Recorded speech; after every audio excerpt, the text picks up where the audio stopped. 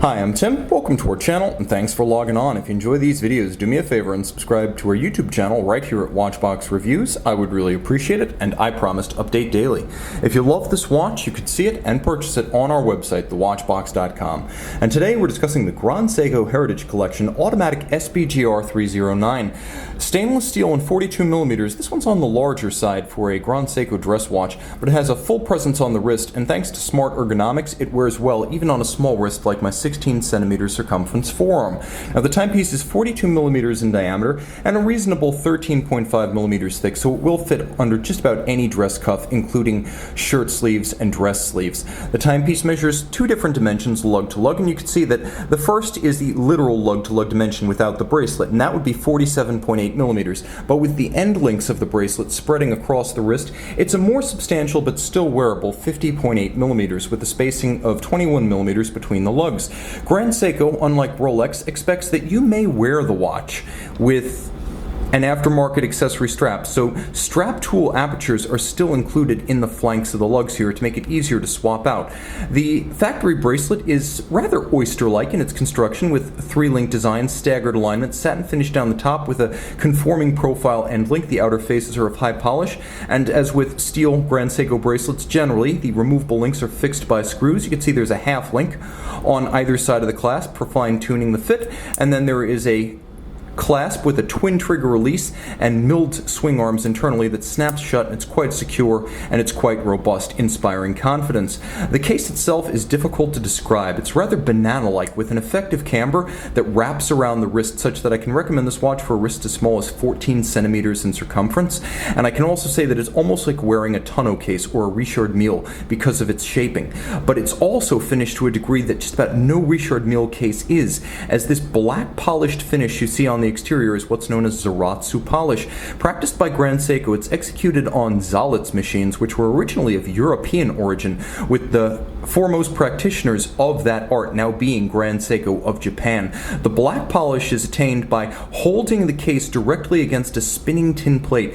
Artisans who do this use eye-hand coordination, finger pressure, and artisanal craft knowledge to create the millimetrically identical beveled forms on each side, as well as the black optically smooth mirror-like finish. Now you may see this kind of finish on Swiss watches, but it's generally small internal movement parts, not something as large and complex as a case. And you can see that this case is complex. Compare it, for example, to a Rolex. Look at the faceting here. Look at how much is going on top, bottom, and flank.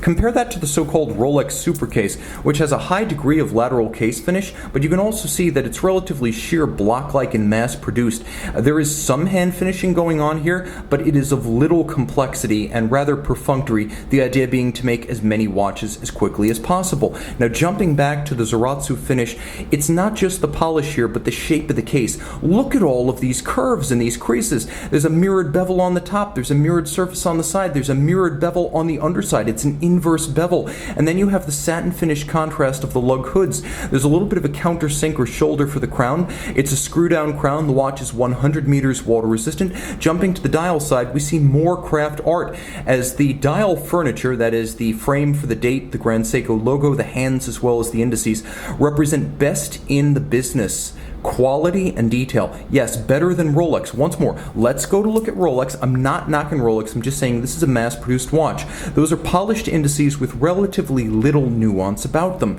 Whereas here, you have an artisan who only works with micrometric diamond-tipped tools to create the complex faceting and differential finish on different facets. So all of these components, hands, logo, indices, are hand-finished and shaped before finally being placed on a dial of black lacquer that is glossy, gleaming, and evidently bottomless. It appears to be permanently wet.